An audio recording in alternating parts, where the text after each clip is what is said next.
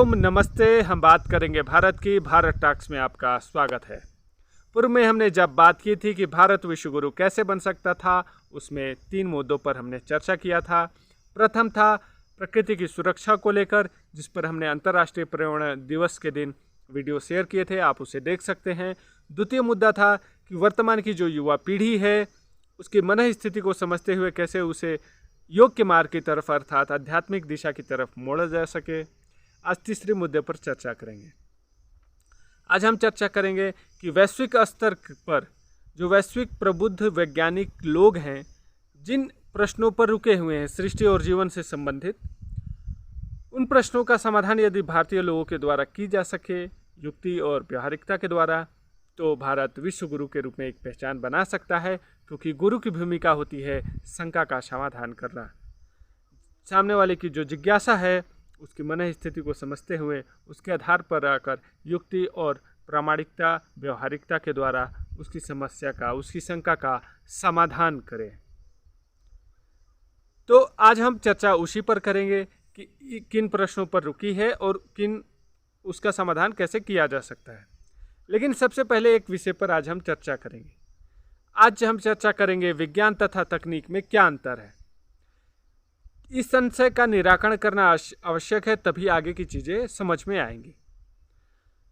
विज्ञान तथा तकनीक में बहुत बड़ा अंतर है, परंतु आज की अधिकांश युवा पीढ़ी समझती है कि विज्ञान तकनीक एक ही है, परंतु इसमें बहुत बड़ा अंतर है। इस पर अब हम चर्चा करेंगे। देखिए, बचपन में जब हम लोग थे 5वीं 6वीं कक्षा में या 8वीं में भी, तो उसमें एक निबंध लिखने के लिए कहा जाता था कि विज्ञान वरदान या अभिशाप। यह निबंध पूरी तरीके से गलत है। इस निबंध का आधार होना चाहिए कि तकनीक वरदान या अभिशाप, क्योंकि विज्ञान कभी अभिशाप नहीं होता। इस पर आगे चर्चा करेंगे, पूरा वीडियो देखेंगे तो आप समझ जाएंगे कि मैं यह ऐसा क्यों कह रहा हूं। देखिए, विज्ञान का आधार है प्रकृति को जानना। हमें किसी प्रकार के प्रश्न उठे कि सूर्य में इतनी ऊर्जा कहाँ से आती है, चंद्र की कलाएं बढ़ती घटती कैसे हैं, तो इनकी गहरी समझ कैसे होती है, इनको समझना ही विज्ञान है। जल में पत्थर डालने पर डूब जाता है, लकड़ी डालने पर वह तैरता है, ऐसा क्यों होता है? इसके समझना, उसके द्रव्यमान, उसके बल के द्वारा इसकी समझ बनाना ही क्या है? विज्ञान है। तकनीक क्या है? उसमें हमने नाव बना दी, यह तकनीक हो गया। तो विज्ञान का आधार है प्रकृति को जानना ऑब्जर्वेशन के द्वारा, जबकि तकनीक का आधार है हमारे स्किल, कारीगरी के द्वारा प्रकृति में कुछ बनाना, डूइंग करना, और उसके द्वारा हम किसी प्रकार की प्रोडक्ट तैयार करते हैं। तो प्रकृति को जानने का विज्ञान का आधार क्या है? बुद्धि। बुद्धि में जिज्ञासा उठी इस प्रकृति के अलग अलग स्वरूप को देखकर और उसका समाधान मिला, यह विज्ञान है। विज्ञान का आधार है बुद्धि। और तकनीक का आधार क्या है? हमारे स्थूल शरीर और ज्ञानेंद्रिया। जैसे हमें साधन के लिए, कहीं जाने के लिए कोई तीव्र साधन की ज़रूरत थी, हमने उसका निर्माण कर दिया, वह तकनीक हो गई। तो वह स्थूल शरीर की सहायता करने लगा। ऐसे ही ज्ञानेंद्रियों के मनोरंजक के बहुत सारे उपाय, टेलीविज़न, रेडियो, मोबाइल, अन्य प्रकार की बहुत सारी क्रियाएं हमने की है। किस चीज़ के लिए की है? उसके लिए, ज्ञानेंद्रियों को आकर्षित करने के लिए, उसको मनोरंजित करने के लिए। तो तकनीक का आधार है स्थूल शरीर और ज्ञानेंद्रिय।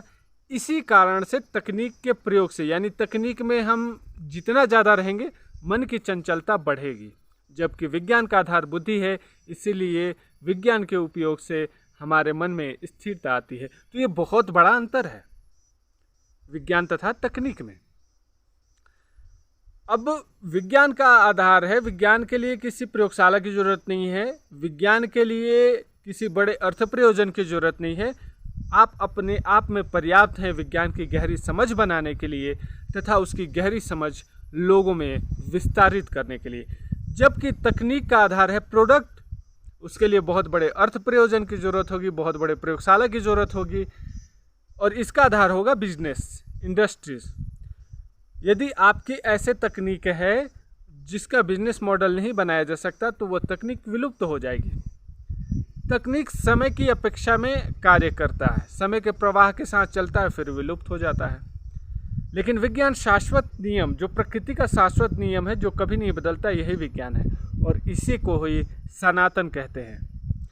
तो विज्ञान सनातन का बहुत गहरा कॉन्सेप्ट है। विज्ञान आध्यात्मिक दृष्टि का काफ़ी गहरा कनेक्शन है, लेकिन तकनीक में बहुत बड़ा अंतर हम देख रहे हैं। तकनीक रहे ना रहे, पूरी मानव जाति रहे ना रहे, लेकिन विज्ञान रहेगा। तकनीक का आधार विज्ञान है, परंतु विज्ञान तकनीक का आधार नहीं है। विज्ञान कभी नहीं बदल देगा, वो शाश्वत नियम है, लेकिन तकनीक समय के अनुसार बदलते रहते हैं। विज्ञान को कोई चैलेंज नहीं कर सकता, तकनीक को लोग चैलेंज कर सकते हैं। तो ये बहुत बड़ा अंतर है। इसी कारण से विज्ञान केवल समझना, अपनी बोध को बढ़ाना, सृष्टि के अलग अलग स्वरूप को, यही विज्ञान है। इसीलिए विज्ञान के द्वारा सृष्टि में कोई क्षति नहीं होगी कभी, जबकि तकनीक के द्वारा क्षति होना पूरा संभावना है। तकनीक अच्छा भी हो सकता है और नुकसानदायक भी हो सकता है।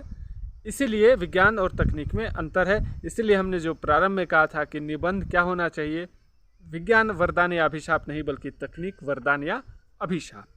देखिए, सबसे प्रबुद्ध जो वैज्ञानिक स्तर के लोग, जो नाम है जिससे हम जानते हैं, जैसे कि आइंस्टीन हो गए, न्यूटन हो गए, आपके श्रीनिवासन रामानुजम मैथमेटिकल रूप में हो गए। जीव विज्ञान के क्षेत्र में हम देखें तो डार्विन हो गए, ह्यूगो डिब्रिज हो गए, डी मॉर्गन हो गए। तो इन्होंने किसी प्रकार की तकनीक ईजाद नहीं की। इन्होंने किसी प्रकार की तकनीक की तरफ खोज के प्रति अपनी प्रेरणा या अपनी इच्छा को भी नहीं प्रेरित किया। उन्होंने केवल विज्ञान दिया कि अलग अलग जो भी नियम थे, सृष्टि भौतिक से संबंधित या जीव से संबंधित, उनके स्वरूप में एक सैद्धांतिक दिए। हाँ, वो एक अलग बात है कि हम उस पर आगे चर्चा करेंगे कि वह सिद्धांत कितने सापेक्षिक हैं, कितने सापेक्षिक नहीं हो पाए हैं। लेकिन उन्होंने जो कार्य किया, विज्ञान पे कार्य किया, तकनीक पे कार्य नहीं किया, लेकिन विज्ञान के क्षेत्र में सबसे बड़े चेहरे के रूप में हम सभी जानते हैं। तो अब समझेंगे कि क्या प्राचीन समय में इस प्रकार का भौतिक विज्ञान, जीव विज्ञान या मनोविज्ञान जैसा कोई विषय नहीं था, वनस्पति विज्ञान जैसा।